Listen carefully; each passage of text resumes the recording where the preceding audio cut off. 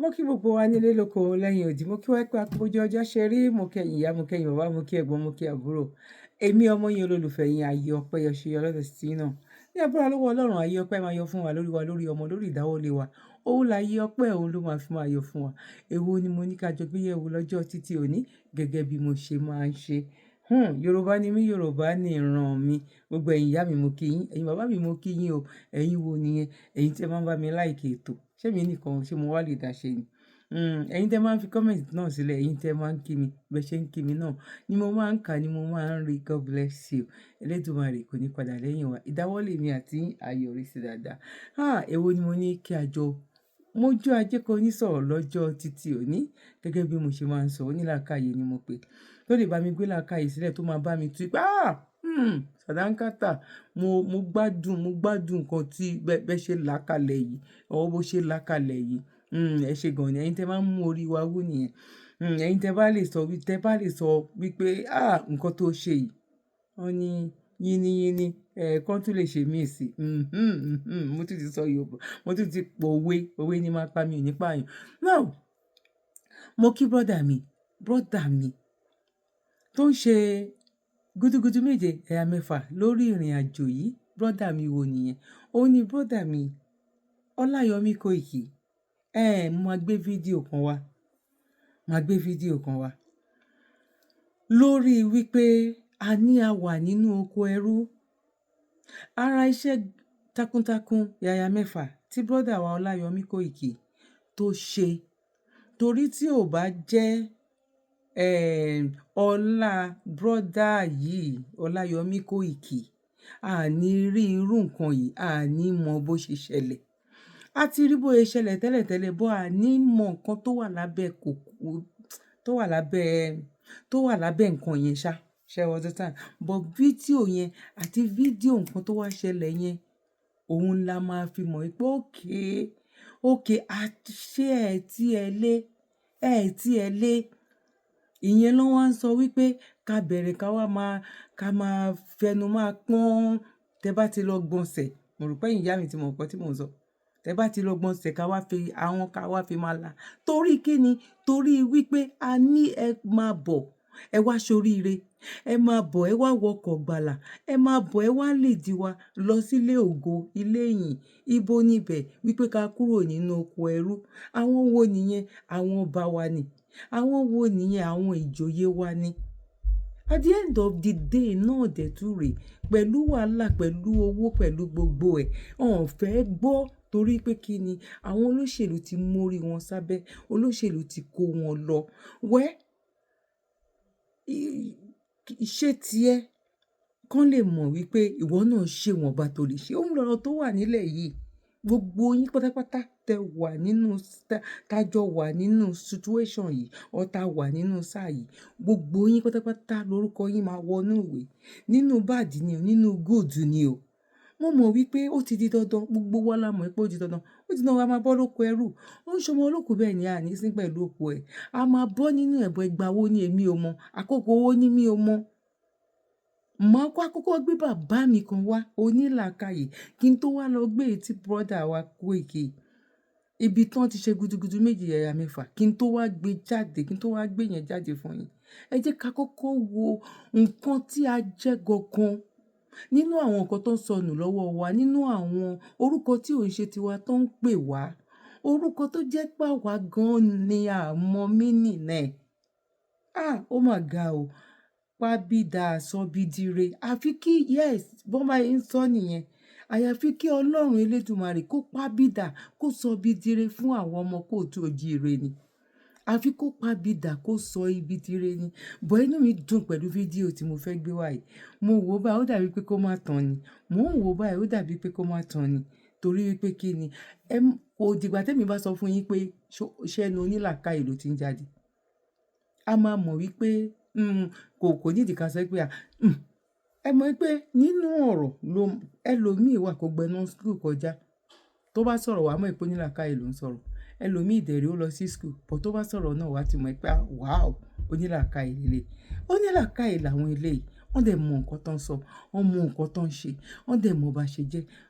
Now, kí n má gbà wá lákòókò tó pọ̀, ẹ bá mi lọ ṣe cup of tea. ẹ fìdílé nǹkan tàbí kẹ́ ẹ wá nǹkan kẹ́ ẹ fìdílé ìkan nínú méjèèjì kẹ́ ẹ máa bá mi ká lọ. Ẹ jẹ́ a jọ lọ gbọ́ nǹkan tí bàbá wa yìí, ẹ jẹ́ a lọ gbọ́ nǹkan tó sọ. Ẹ má lọ ibì kankan o, ẹ má lọ ibì kankan. Àwọn tá à ń sọ, àwọn tán fẹ́ jẹ́ ká máa láìdí wọn tán bá lọ ṣe ìgbọ̀nsẹ̀ tó dẹ̀ jẹ́ wípé ojú náà ti wá ń tì wọ́n. Àṣírí wọn náà dẹ̀ wá ń tú. Àṣírí wọn ń ṣe kí ni? Àṣírí wọn ń tú. Ọlọ́run ò ní tú náà àṣírí wa o. Ẹ bá mi ṣàmì ẹ̀, ẹ bá mi type àmì ẹ̀ síbẹ̀. Ẹ jẹ́ ká kọ́ lọ gbọ́ nǹkan tí bàbá onílàákàyè sọ náà. Báwo làwọn ọmọ Yorùbá, báwo la ṣe jẹ́, nǹkan wo la sọnù? Alámọ̀dé bẹ̀sẹ̀, ó ń ṣọmọ olókùú bẹ́ẹ̀ ni, àní sí pẹ̀lú òkú ẹ̀, ó ṣe ìwọ òrìṣà. Now let's go there. Ẹ máa bá mi ká lọ.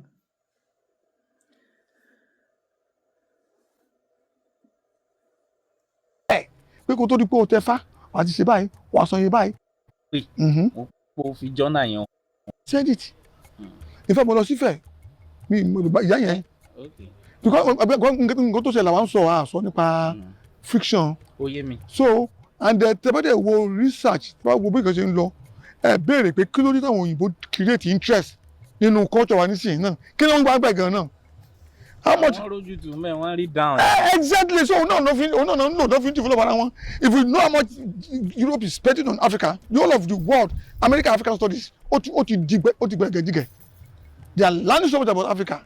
They are spending millions of dollars to learn about Africa. Such as a fellow just Lodasi. Many of them come back to one. Many of them gbogbo ilé Ògún òyìnbó tó ń gbà wáta Sọmọjà was here for almost 60 years ó jókòó síbẹ̀ sọ wá ṣeré ni sọ wá ọkàn wá jókòó kò gbọ́n. Ẹnìkan awo kan sọ lánàá nú àwọn ìkànnì kan pé òun bá ìyìnbó kan sí Spanish kan ló pè ní àbíkíní ó ní àwọn èdè tó ń pè àwọn ọ̀fọ̀ tó ń pè tó jẹ́ pé tí wọ́n fi máa ń mọ níjọ̀n tí wọ́n fi máa ń máa wo tòótọ́ pé àwọn ilé àwọn èdè tí wọ́n fi ń jókòó dìde pé bọ́ ọmọ báyìí ló ń pè wọ́n pé ó fi jọ́nà yẹn hàn wọ́n and the journal dated back by 1920 something àbí kí ni bó ni wọ́n ti ṣe gbogbo.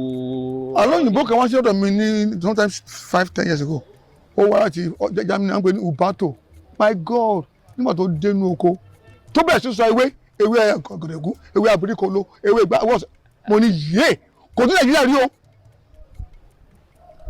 He was mentioning names of plants in Yoruba language and he is a pharmacist. Ẹ wo ṣe ọgbọ́n náà dáa náà then you come to a strange land you learn new things kí lára fi ṣe náà nígbà máa kó lọ àbí. Ṣùgbọ́n gbà ẹ mọ̀ lọ́dún kan náà náà ń tara wa ní ọ̀pọ̀ náà ni ẹ mọ̀ gbà tó fẹ́ nígbà tẹ yí àwa tá wà ń di nǹkan tá à mójútó àwọn kan náà sàní òsà sàmúlò rẹ̀. It's not coordinated it's not organized. Ẹ̀ka àwọn èèyàn adébá tẹ̀fá wọ́n á gba odù wọ́n á gba gbogbo ẹ̀ wọ́n á gba ọ̀ṣun lọ ẹ̀yìnlẹ́mọ̀ ó ti sú mi very very bad thing but me and I be bleeding ẹ wo àwọn aláwa ẹja jókòó ẹja fún ọ ní conditions ẹja dá school sílẹ̀ pé kó tó di pé o tẹ̀fá wà á ti ṣe báyìí wà á sọ yẹn báyìí káṣí bẹ́ẹ̀ sí wọn ṣe ṣé àwọn oníṣègùn mọ́ àwọn àti ìmọ̀ wọ́n ti tẹ̀wá fúnra wọn wọ́n ti gba gbogbo secret yẹn they don't do themselves there's a guy in Venezuela tó bá mi Vietnam tó bá mi tajú sọ̀rọ̀ láàfíìsì náà mo ní olùkọ́ máa ń ṣe àwọn kankan mo ní ewé wo ni ó wà lọ́dọ̀ ẹ̀ kí ló kò bá tí ò sí ní ìbáyìí my God má tó mẹ́ṣà wéwé ó fẹ́ tó 100 ẹbí òde ẹdí tèmi mọ̀ kọ́ wá bẹ́ẹ̀ ní Vietnam lọ́dọ̀ wọn lọ́hùn ibo ló ti kó lọ and he mention all these things using Yoruba words kò sọ gbọ́dọ̀ ní wọn because he visited me sometimes here wọ́n bá mi bí ìrìnà ó ti pẹ́ báyìí ó kọ́ wàrà wé mi ó dẹ̀ lọ àṣẹ ó ti kọ́ ìmọ̀ tó pọ̀ gan wọ́n wá ń kọ́ nǹkan bí gan.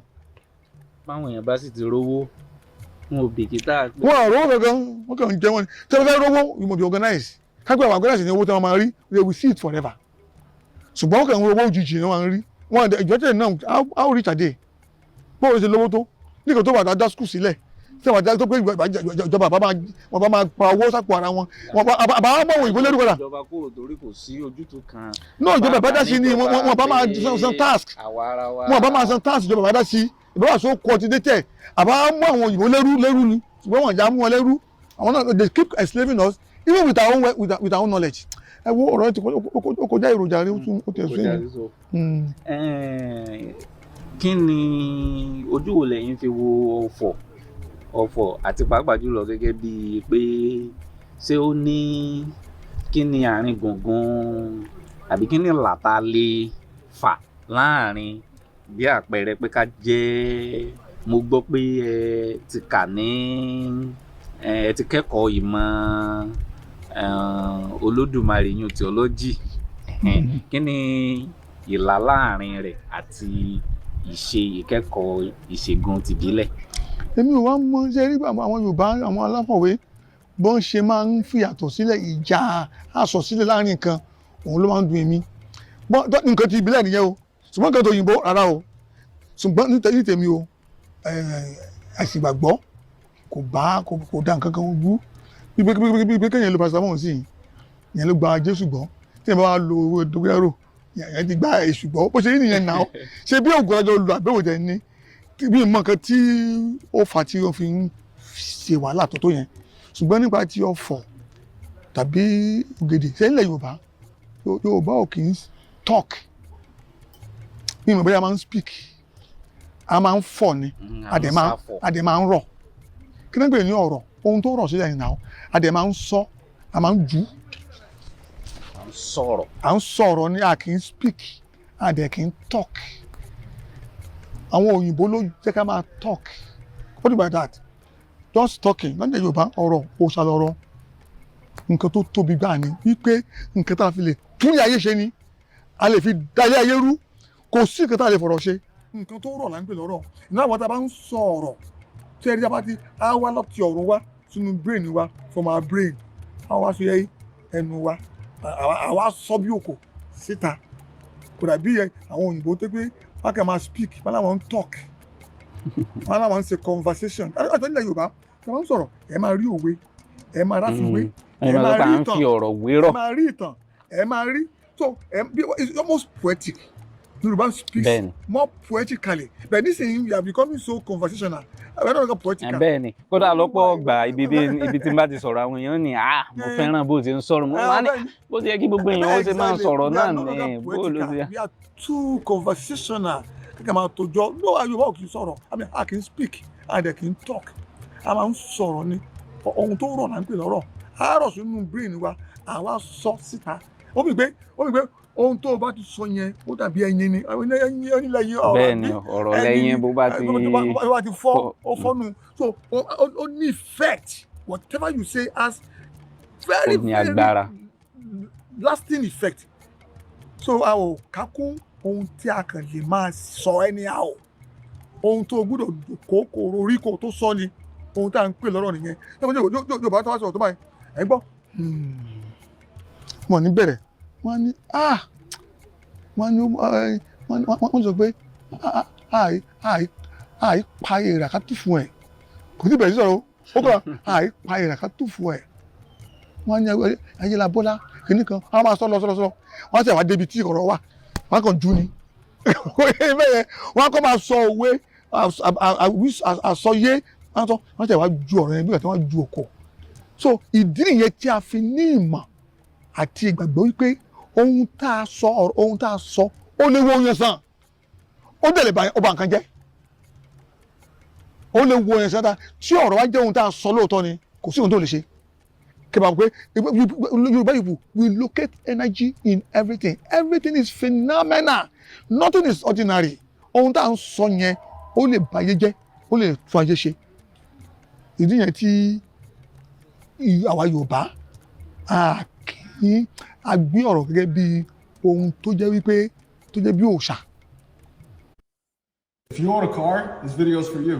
If you don't own. Ohun tó jẹ́ wípé tó jẹ́ bí òòṣà. Olùwà ní pé ẹ̀là lọ̀rọ̀ ẹni pé nǹkan tá a tún là clarification yẹn. In other words, ẹ̀là actually is the God of heaven tó máa ń clarify so ó máa sọ sílẹ̀ ni òun ló ń control conversation nǹkan tá à ń sọ yẹn á sọ sílẹ̀ òun ló ń sọ sórí ìṣúná ọpọlọ wa òun ló máa wá tẹ́ bá ti wá là tó clear àti pé nǹkan tó sọ yẹn ó bá nǹkan tí èèyàn sọ nǹkan tí ẹ̀là sọ síyàn tí èèyàn ó bá nǹkan tí ó ní ọ̀yẹ̀ ìlàjẹ́ kó yé mi let what has been brought into my brain be clearly presented you get the point let it be clearly articulated that's the meaning sir. Yeah.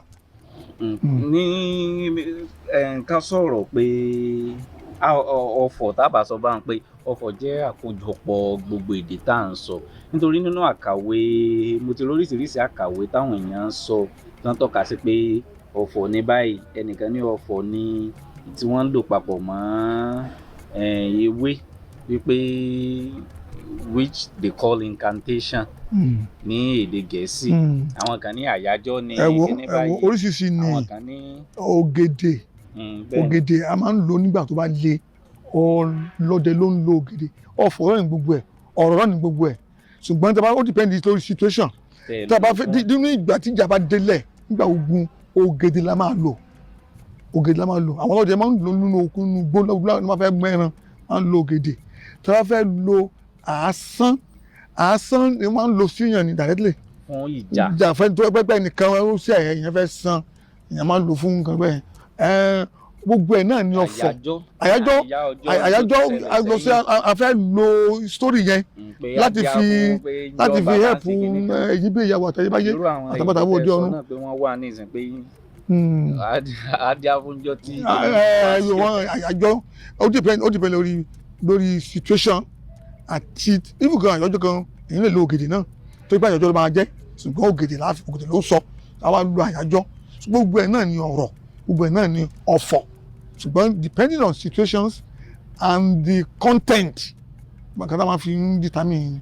ṣé ẹ lè ṣàlàyé sókè pé bí Yorùbá ṣe àgbékalẹ̀ àwọn ọ̀fọ̀ àbí àwọn pèdè torí ọ̀pọ̀ àwọn èèyàn ò mọ̀ wọn mí rò pé bóyá èdè kìnnì kan ni nítorí tá a bá sì wò ìrírí Yorùbá ni Yorùbá fi gbé àwọn nǹkan ìkalẹ̀. bẹ́ẹ̀ ni sà. èèyàn àná alánà là ń sọ pé bí àpẹẹrẹ pé àlọ lámilámi làárí ẹnìkan ìrábọ̀ rẹ̀ pé lámilámi nítorí bí wọ́n bá tú jáde báyìí wèrè báyìí wọ́n lọ́nà kò sẹ́ni tó lè sọ pàtó ibi tí wọ́n ń lọ ibi tí wọ́n mórí lé o ní tí wọ́n ṣe kíní bí o bàbá ní ojú oró ní lékè omi. bẹ́ẹ̀ ni sà. nítorí àwọn ìrírí wọn àwọn nǹkan tí wọ́n ti rí pé ńgbàkígbà ojú oró ní máa ń lékè omi o pé òsì bàtà ní máa ń lékè odò tó mọ̀ nípa àwọn ìrírí wọn àwọn tó dájú tí wọ́n ti rí nínú ayé yìí ni wọ́n fi ń fi ìdí àwọn ọ̀rọ̀ yìí àwọn àtúpalẹ̀ wọ́n fi ń lọ́lẹ̀ àbí ṣe. yá ọ̀rọ̀ ní gbogbo wọn yẹn ọ̀hún kò ló ti rọ̀ nìyẹn ojú oyin tó kò ní ó ti rọ̀ sílẹ̀ tẹ́lẹ̀ láti rí bẹ́ẹ̀ àwọn yẹn náà ni ọ̀rọ̀ because Yorùbá ò lédè the idea of language does not even exist in Yorùbá linguistic or lexicon. It is a creation of inheritance and this àwọn òyìnbó. So they trivialize the language. It's so watery. Wọ́n á máa sọ Ajade Adéọba. Ẹgbẹ́ ìgbà yẹn máa ń sọ ìyànà kọ̀wé. Kìnìún kan di Adéọba, àwọn ò bá Adé. Ìsọ̀rọ̀ nìyẹn, ìyẹn ò rọ̀. It sounds like it's like an idiotic expression. Bàbá dé Adé, àwọn ò bá Adé. Yorùbá máa ń bẹ̀rẹ̀ sọ̀rọ̀. Mo béèrè sà. Yorùbá tó sọ pé èyí bí èyí àwa àtayébáyé àtàbàtà ayé òde ọ̀run. Ọ̀pọ̀ ńlá àbúrò jẹ́ kájíkì àrùn ìdádùn ogun nù. Adé fún ọ̀run nígbà tó ti kọ̀ ọ̀rẹ́ ayé. Yorùbá wọ́n ní wọ́n kọ́ mẹ́rẹ̀ wọ́n ní wọ́n kọ́ mẹ́rẹ̀ orí. Ó ní wọ́n nílé kọ́ mẹ́rẹ̀ wọ́n nílé kọ́ mẹ́rẹ̀ orí. Ó ní mo ti lé kó légbé kẹ́rẹ́ tí ẹni Adégbé Adéọba. Ẹ̀yẹ́ ó ṣe ní Yorùbá. Àwọn ọba Adé kí ló kọ́ pẹ̀lú Adégbé Adé. Yorùbá tá a sọ pé Ifá ìjòkè tá a máa ń kí tá a máa ń yọ kí ló ti pè lára òró ejò lára èèyàn ẹjọ atẹ́lẹ́mọ̀ ní kókó alùyànda òrìṣà ọ̀pẹ́ tí kékeré wẹ̀gún ẹrú onímẹ̀sí là ń ṣe ebi àlùbọ́sà lè òsà ní ẹwà kọ́ lágbàlá ebi ló pa yín lẹ́bàá yọ àlùbọ́sà àdọ́tata òsàdé òsàbínú òsàtàṣẹ ẹjọ bó ẹjọ láti yan ṣèdè ọ̀rọ̀ nu ọ̀fọ̀ nu Yorùbá ò lédè and we don't need it èdè òwà kò ní ìtumọ̀ èdè ò kì í ní consequence àbẹ́ òye bẹ́ẹ̀ yẹn èdè kì í lábọ̀ kì í ní àmúṣe kò lè wọlé kò lè ṣe kankan kò lè ju kankan lulẹ̀ kò lè ní kò ní nípa ṣùgbọ́n ẹ̀wọ̀n kan ní mo sọ yẹn wọ́n ní kékeré ṣe and their real reality ni wọ́n ṣe máa ṣe nìyẹn èyí tí wọ́n bá ń kẹ́ máa ẹgbẹ́ fọ̀kútà lè fi wọlé dànù lé adìlẹ̀ lẹ́yìn lọ́wọ́ kan. If I were to die tomorrow, I'd want every pre-diabetic and type 2, including you, to know this. Tired of headaches, blurry vision, tingling in your feet, and constant trips to the bathroom? Then head to the kitchen, grab cinnamon, warm water, and 2 more ingredients. That's all you need to wake up free from type 2 by next Monday. Give me 40 seconds to explain. Well, everything you thought you knew about type 2 is 100% wrong. Your unexplained type 2 related weight gain, numb limbs, and extreme fatigue, even after a good night's sleep, have nothing to do with how much pizza, pretzels, or chocolate you eat. You might have also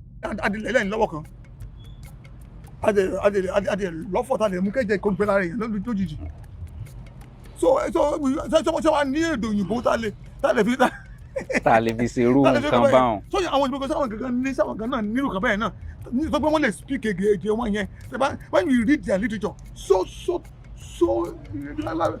rhetorical, they are highly rhetorical, their words are not active, they are not verbal, you know, they are not verbal. I don't think we even have what they call noun in Yoruba.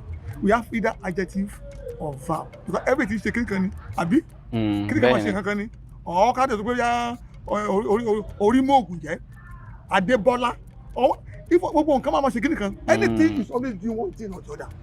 Àsùnwọ̀n kì á kó wọn jọ la fi ń pè wọ́n ní. àbí ká tó pé bóyá ẹnìyẹn bó ṣe rí àgùntàn sọ no wọ́n tún gùn ogún láti àjẹsí àbí ó tún ṣe kíni ó tún ṣe kíní kan náà. So but when we want to qualify that thing, it must also do something. In every language you need. But I bet you go and you can now, you can pro now, I don't know. Very misleading something. Yeah. Lédè, we have ọ̀rọ̀ lání, àní ọ̀fọ̀, lédè. Tó ń nípa tó ń ṣiṣẹ́ kan pàtó, táàrán iṣẹ́ bẹ́ẹ̀ ni, tá lè fi tún nǹkan ṣe, tógun bá jà tá lè fi ṣẹ́gun, àbí? Tó yẹ kí bá ti sọ òyìnbó, there cannot solve problem.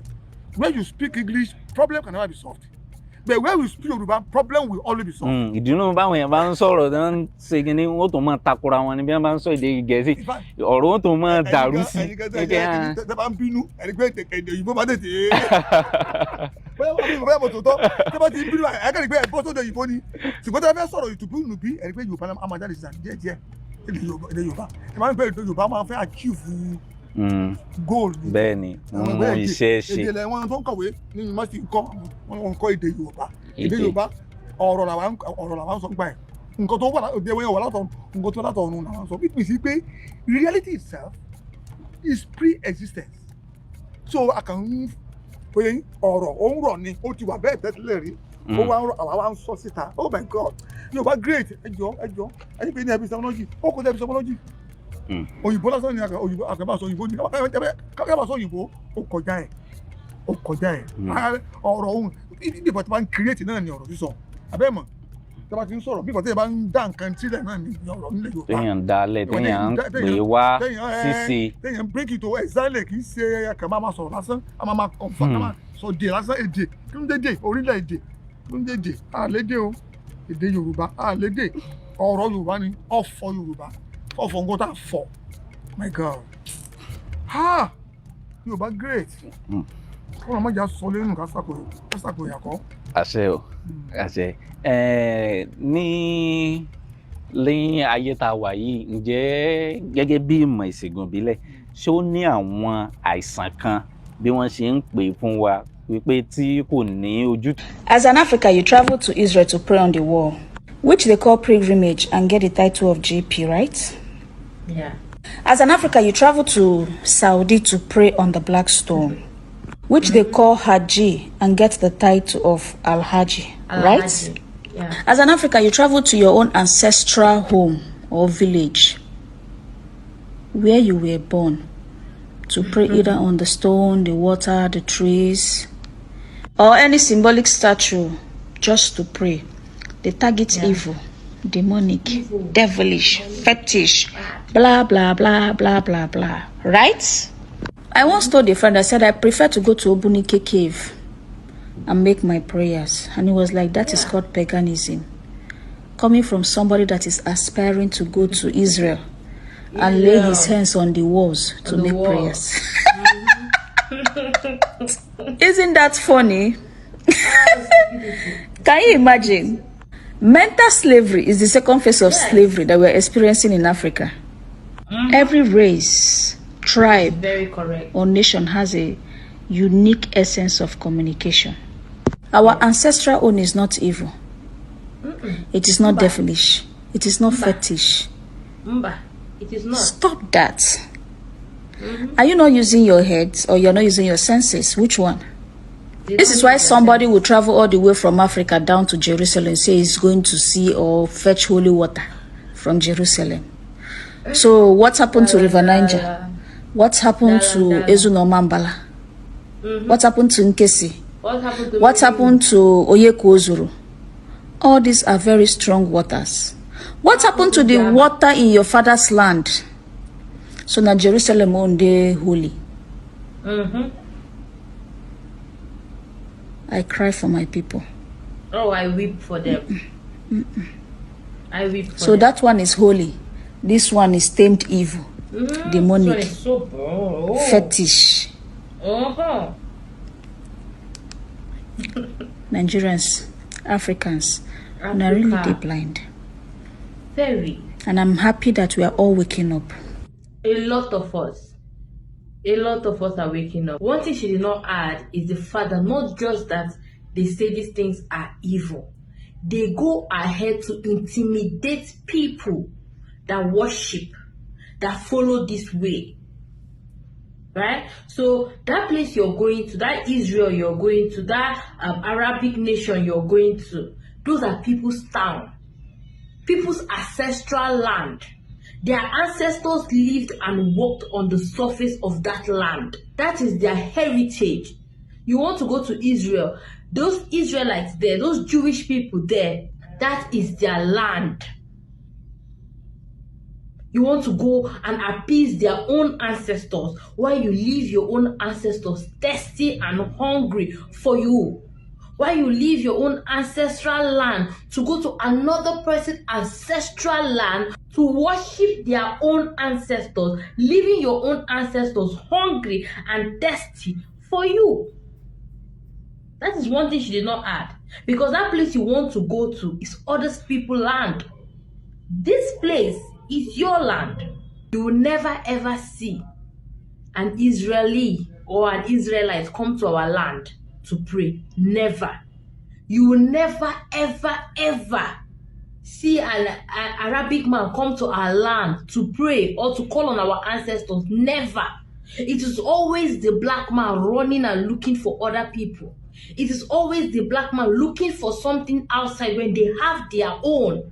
But why would they not go after their own? Because their own is evil. The black man thinks their own is bad. So why should I go after my own when my own is bad? That is the problem. That's what she did not touch. The fact that we have self-hate for ourselves, for our own thing, the thing that makes us unique, we have this hatred inside us for ourselves. That is the problem. So you want to go to Israel? You can go to Israel. But remember, there is water in your father's backyard. There is land in your father's backyard. Mo kí gbogbo wa lẹ́ẹ̀kan sí, mo kí wá pé akókó jẹ́ ọjọ́ ṣeré, mo kẹ́yìn ìyá, mo kẹ́yìn bàbá, mo kí ẹ̀gbọ́n, mo kí àbúrò, èmi ọmọ yín náà ni olólùfẹ́ yín, ayé ọpẹ́ yọ. Ṣórí ọlọ́tọ̀ ti yín náà ní agbára lọ́wọ́ Ọlọ́run, ayé ọpẹ́ máa yọ fún wa o, lórí wa, lórí ọmọ, lórí ìdáwọ́lé wa, òun láyé ọpẹ́ máa fi máa yọ. Ṣẹ́yìn náà ti rí bó ṣe ń lọ. Tí mo máa fẹ́ gbé wá, tí mo fẹ́ gbé wá ń sìn, oh my God. Iná ti ṣe kí ni? Iná ti jó dórí kókó. irú iná wo ló jẹ́ dórí kókó ìyá mi bàbá mi. Mo dúpẹ́ lọ́wọ́ ìran wa wípé àjọ ọmọ Yorùbá. Mo dẹ̀ dúpẹ́ wípé àkókò náà ti tó ta sọ wípé ilé ti yá. Àní tá a bá ṣe foundation eléyìí ò kì í ṣe ọ̀rọ̀ ẹ̀sìn. Tá a bá kọ́kọ́ ṣe ìjọ́mọ ènìyàn náà ká ní ìfẹ́ ara wa. Ibi tọ́rọ̀ Yorùbá nation máa ti kọ́kọ́ bẹ̀rẹ̀ nìyẹn o.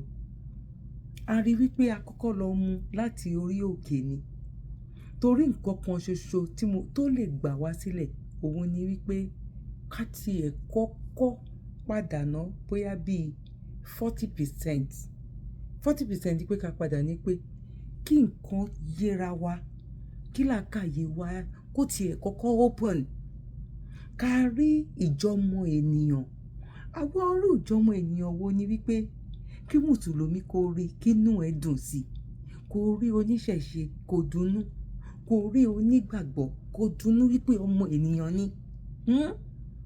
Èyí tí màá gbé wá fún yín sìn, kẹ́ wo ìjọ́mọ ènìyàn lára president bó ṣe ń rìn láàrin àwọn aráàlú tọ́jọ́ jókòó tọ́jọ́ ń tọwọ́ bọwọ́ president. Torí wípé wọ́n kọ́kọ́ wo ìjẹ́ ọmọ ènìyàn, ìjẹ́ ọmọ ènìyàn. Bọ̀ kí n tó lọ bẹ̀, ẹ jẹ́ n kọ́kọ́ lọ gbé nǹkan tí mo ní Ọláyọmí Koiki tó ṣe fún wa. Torí gudugudu méje ni àyà mẹ́fà, òun ló jẹ́ ká mọ nǹkan tó ń jó lábẹ́, nǹkan tó yìn jó lábẹ́ ewé. Wípé àwọn èèyàn wa, a ti togún ìní wa. Torí tí ò bá jẹ́ bẹ́ẹ̀ ni, gbogbo orú àwọn nǹkan báyìí, àwọn bàbá wa tó bá gbé bíríkòtò, wọ́n mọ nǹkan tó máa ṣe.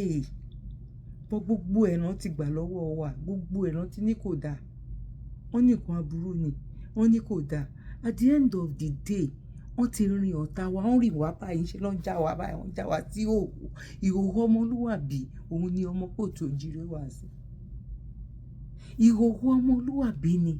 Bọ̀ a dúpẹ́ lọ́dọ̀ Ọlọ́run wípé ẹlẹ́dàá wa fúnra wa gan ti ń dìde láti máa jà fún wa.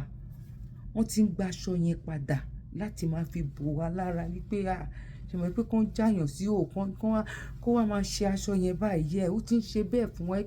Ó má dàbí pé òwò mà ni mo wà. Ó má dàbí pé òwò mà ni mo wà. Ní àwọn kan tán dẹ̀ wà ní òwò gangan tán tí mọ̀ pé òwò làwọn wà.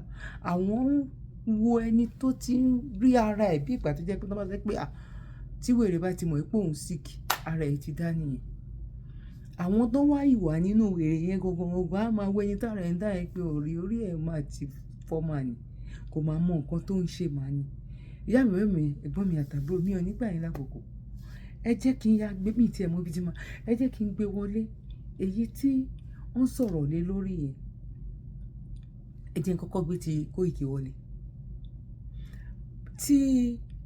Èyí tó wá sọ̀rọ̀ lé lórí pé nǹkan tó ń ṣẹlẹ̀ níbí báyìí ni màá wá gbé ti bàbá yẹn, màá wá gbé wọlé sí i. Kí ṣẹ̀ṣẹ̀ tó wá gbé ti president yẹn, màá wá gbé ti president yẹn náà, màá gbé wọlé sí náà. Kò yẹ yín sìn. Ẹ wá jọ fi wò, ẹ máa fi comment yín náà lẹ̀ ń bẹ̀ wípé ala need foundation. Hello foundation. Tá a bá ṣe foundation, ìjà wàhálà ìdààmú òun láì lọ bá. Ó bẹ́tà kí gbogbo wa máa jí ká má jẹ́ ọ̀tá ara wa. Ká má ríra wa gẹ́gẹ́ bí wípé wọ́n lọ ilé ẹlẹ́bọ ni, wọ́n ṣe kinní kan ni. Ká padà ká mọ irú èèyàn tá jẹ́, ká mọ orísun wa, ká appreciate ara wa. Ìyá mi bá mi, ẹ̀gbọ́n mi àtàbúrò mi, ẹ má jẹ́ ń gbà yín lákòókò. Let's go there again. Ẹ má bá mi ká lọ. Hello, Koiki Media, bring the world closer to your doorstep. Ẹ má bínú, mo wà nílùú kan. Nílùú mi mo wá nísìn, mo wá rí pé ní Kwara State mo wá rí pé domination of àwọn Fúlàní mi mo tán ti lé wọn wá, wọ́n ti occupy gbogbo territory nílùú yìí. Ìlú yẹn náà ń pè nílùú Àjàṣẹ́pọ̀. Mo kàn ṣe short video ní kẹ́lẹ́ rí. So òun ni ẹ wo wọn, ẹ ti rí wọn, wọ́n ti dominate ìlú yẹn lọ́ba yẹn ti ń sọ̀rọ̀ lórí internet last time pé gbogbo ọba gómìnà tí wọn lè súnlé mọ́. So àwọn náà conquer, àwọn náà dominate gbogbo ìlú yìí. Kò sí even hotel tí mo fẹ́ lodge sí lánàá, àkóró ń bẹ̀ ní níbi tó yẹ pé àwọn fúnra wọn lodge sóòtẹ́ wọ́n fẹ́ẹ̀ tó 50. wọn náà wá ṣe mólídì kan ni wọ́n ṣe ẹwà àwọn ọmọ wọn bọ́n ṣe pọ̀ tó. ẹ máa sọ wọ́n wẹ̀rẹ̀ ẹ kà lórí náà ẹ kà lórí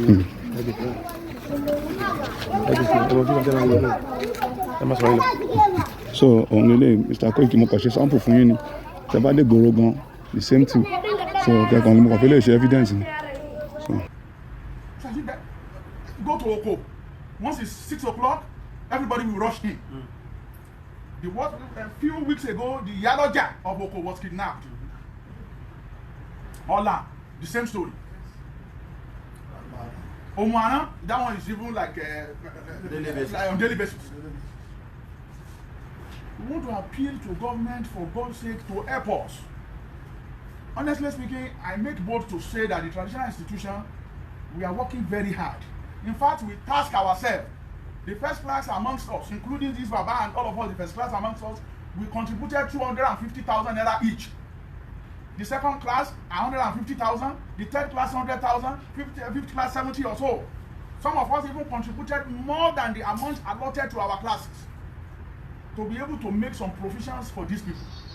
There is no way we as a people can fight this cause without government support. Because these devilish, ungodly people in the bush, they go around with a more sophisticated ammunition. So we just have to encourage this, our vigilantes to work. Some of them are discouraged. At times when some of them are arrested, they felt they will go and face murder charge alone on their own. But I commend particularly the SA here on issues of this nature. Anytime we call him, he will rise to the occasion to make sure that whoever is involved is released. He's done it several times. But sincerely speaking, as a people of Igbomin land, we are not happy and we can't hide it any longer. This situation has lingered for only God knows how long. It has lingered for so long. We are not happy. So we want to sincerely appeal to His Excellency through your office to please issue a directive for immediate dispatch of those vehicles away from the local government secretariat headquarters. Those vehicles are not doing anything there. Those motorcycles are not doing anything in the local government secretariat. Those vehicles are bought from our taxes. And those vehicles are meant to be put to use for the protection of our lives and properties. We don't pray for a repetition of the situation of what happened to Onikoro. No, God forbid. We don't pray for that. And I am telling you most sincerely and frankly speaking, don't let anybody deceive you. Most of the KBSCs in the Fellow they live at Ilorin. Most of the KBSC in the Fellow local government, most of them cannot stay at home again. Most of them stays at Ilorin. Since when Onikoro happened? They left home. It took us to begin to beg Olora to come home from Lagos. Because the man knows clearly that he is a target.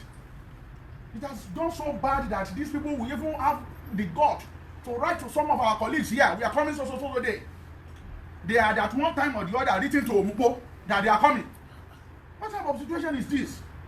This is not what we meant. So we are saddened. We are not happy. Our situation is covered by the different robes we put off. We couldn't sleep to act any longer. I must be honest with you. We call this meeting not because we know that this will happen to Jago. No. We call an emergency meeting to come around again. In fact, we are using our resources out of nothing to make sure that things are working. Our people can no longer go to farm. Honestly, I swear by the name of God Almighty that I worship, our people are running away from going to farm. And if I'm in bá lè lọ oko mọ́, wàhálà dé nìyẹn. So ẹ jọ̀ọ́, kẹ́ bá wa jíṣẹ́ fún gọ́fúnà pé ẹ bá wa nínú ìbànújẹ́, ọkàn wa gba ọgbẹ́, inú wa ò dùn. The situation in Kwara South, particularly in Igbomin land, we are not happy at all. And we think that this government is our government. And they have said it times without number. The traditional institution under my domain, under our watch, we are for the government of the day 100%. The Excellency has no reason to doubt at all that we are for him. And we have done everything to display, to show, to confirm to the authority that we are 100%. If there is anything called 101%, we are for government. Then government will come to our aid. All of this that I've said, we have appealed to authority to help us. The situation should not get to if you go to Oko, you will be surprised that this is a community. By 6, everybody, they are in house. And it's a university town. And there's a university there. In fact, only today, Dr. Thomas Adeyemi was in the meeting at Ajase with us. He donated 10 million naira, was that not? Yes. To contribute to the money. We are not also sleeping. We are not also sleeping on our part. But the machinery to do this work more better is with government. There are certain things as a people we cannot do. There are certain things as a people we cannot be seen to carry them. It's illegal by law. Because ours is a society regulated by law.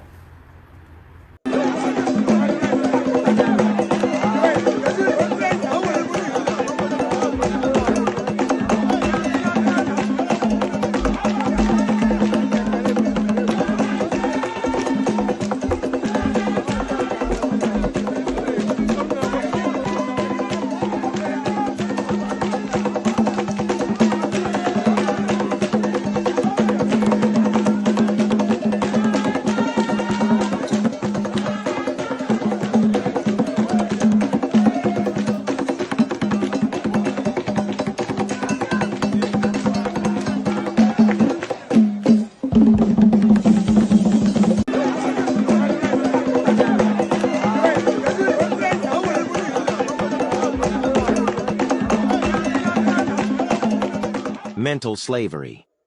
When they move from Europe to Africa, they're called voyages of discovery. When we move from Africa to Europe, we're called illegal immigrants. A group of Africans in Europe ill refugees. A group of Europeans in Africa ill tourists. A group of Africans in the bush ill poachers. A group of Europeans in bush eels hunters. Black people working in a foreign country ill foreigners. White people working in a foreign country ill expatriates. This world has failed Africa. Or have we failed ourselves? Food for thought. In fact, the utmost stupidity normalized by Africans is, when a French national cannot speak English, Africans respect him. When a Spanish can't speak English, Africans respect him. When a Chinese can't speak English, Africans respect him. When a Russian can't speak English, Africans respect him. When a Portuguese can't speak English, Africans respect him. But when an African can't speak English, Africans consider him a joke, unintelligent, illiterate, dumb, and stupid. That's the level or extent of damage we have suffered as a people. We use English as a yardstick to measure the intelligence of our people, including children. A country that makes English compulsory in schools but agriculture optional will continue to speak English on empty stomach. In our schools, children are made to believe they're stupid just because they cannot speak a language alien to their ancestral root. Dear Africans, put an end to this mental slavery. Teach your children their mother tongue and allow the locals to feel free to speak their native languages without any stigma. Do not help the oppressors to extend their oppression. If you come across this post, share widely to spread this message and enlighten an African. The people around you need to hear this. It's a collective effort. Don't break the chain of mental revolution. Follow.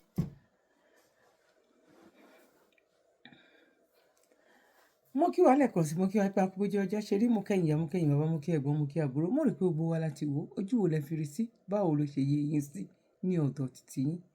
Mo mọ̀ wípé ó ń ṣọmọ olókùú bẹ́ẹ̀ ni a ní sí pẹ̀lú òkú ẹ̀ a lè la ojú sílẹ̀ báyìí kí ta ló bọ́ kókó wọ̀ gẹ́gẹ́ bí ẹ̀yin Yorùbá bẹ́ẹ̀ ṣe máa ń sọ wípé olójú òní àtòkèrè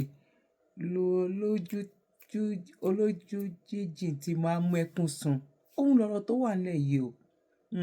A dúpẹ́ lọ́wọ́ àwọn Koiki Media tó wà ní Nàìjíríà tó ń bá wa lọ kọ́va ìtì ẹ̀wò yìí. Ṣé rí nǹkan tó ń ṣẹlẹ̀? Wípé a ti sogún àwọn ìran wa nù. Tó bá jẹ́ láyé ìgbà kan tó jẹ́ wípé tó bá ṣàṣemáṣe, tó bá lọ jí nǹkan nínú ilé, ó máa gbálẹ̀ tó nílé máa fi dé ni. Ẹ wá wo wọ́n ti gba odindi ìlú báyìí, wọ́n ti ń gbà lọ́wọ́ wọn. Ẹ wo bọ́n ṣe, ẹ wo bí everything bó ṣe rí. Ẹ wá kọ́kọ́ wo bàbá tó sọ̀rọ̀, ẹ wá wo ti president tí mo wá tó wá gbé wá. Ṣé rí president Kútọ́nù nìyẹn o? president kò tọ́nu nìyẹn fídíò yẹn pọ̀ lóríṣiríṣi o pẹ̀lú àwọn kíní festival tó ń ṣe yẹn kẹ wo bó ṣe ń jó tí àwọn eégún oríṣiríṣi bẹ́ẹ̀ náà dẹ̀ lọ ní christian tán ní muslim nínú ìlú wọn nìyẹn odindi good bóyá bíi 5 days náà fi sílẹ̀ fún wọn tán fi celebrate ẹ̀ báwo ni gbogbo àwọn spirit tán ti lọ nínú wọn ò ṣe ní máa dùn bóyá òyìnbó náà ń fa ìdí àná ṣe ẹ wo ti brother tí mo gbé wá yẹn náà tó ń sọ̀rọ̀ nípa ọ̀rọ̀ on Halloween òun wá ní kí ọmọ òun kó múra eégún lọ kó wọ aṣọ ẹ̀kún lọ síbẹ̀ Halloween àtẹ́gún kí ló fi yàtọ̀ wọ́n fi àìdíà wa bá tọ̀tá wa jẹ́ ni àwa la máa sọ wípé a ti dúró tán sìn enough is enough àwọn tó fẹ́ máa wọlẹ̀ fún wa a lè ṣe báyìí a lè ṣe léyìí àáfà ni bàbá ọba kinní kan gbogbo orú àwọn nǹkan bẹ́ẹ̀ yẹn ẹ wò ó mo kí wa lẹ́ẹ̀kan sí wa kó bó jẹ́ ọjọ́ ṣeré mo kẹ́yìn ìyá mo kẹ́yìn bàbá mo kó ẹ̀gbọ́n mo kí àbúrò ẹ jẹ́ ká lọ sí ìpolówó Brother Jídé Igi gbogbo ẹ̀yin tẹ́ bá fẹ́ bèèrè any questions lọ́wọ́ wọn ẹ pè nọ́mbà wọn wà ń bẹ̀ ojú òní tiwa o a máa rí ti dáadáa ṣe lágbára lọ́wọ́ Ọlọ́run no going back ni ó ṣe dandan ká kúrò nínú ọ̀pọ̀ ẹrú ó ń ṣọmọ olókùú bẹ́ẹ̀ ni à ní sí pẹ̀lú òkú ẹ̀ ìgbà wo ló jẹ́ èmi ò mọ̀ àkókò wo ni mi ò mọ̀ bọ̀ kí ni mo mọ̀ ẹ́ pé ó ti di dandan a máa kúrò nínú òkú ẹrú. God bless you. One love. Bye for now. This is good news to all. But first of all, write this number down. 1-845-293-8937. You will get through to Divine Travels and Tours. They help you process and obtain USA work permit visa, tourism and visiting visa, vacation and cruises. Wow! The USA work permit visa allows you to legitimately work anywhere in USA once you arrive. Interesting. Call Divine Travels and Tours, New York, USA on 1-845-293-8937 or send email to divinetravelstours5@gmail.com. Divine Travels and Tours is tested, trusted, and reliable. Kindly subscribe to YouTube channel and follow on Facebook page at Dr. Zabby's Talk Show.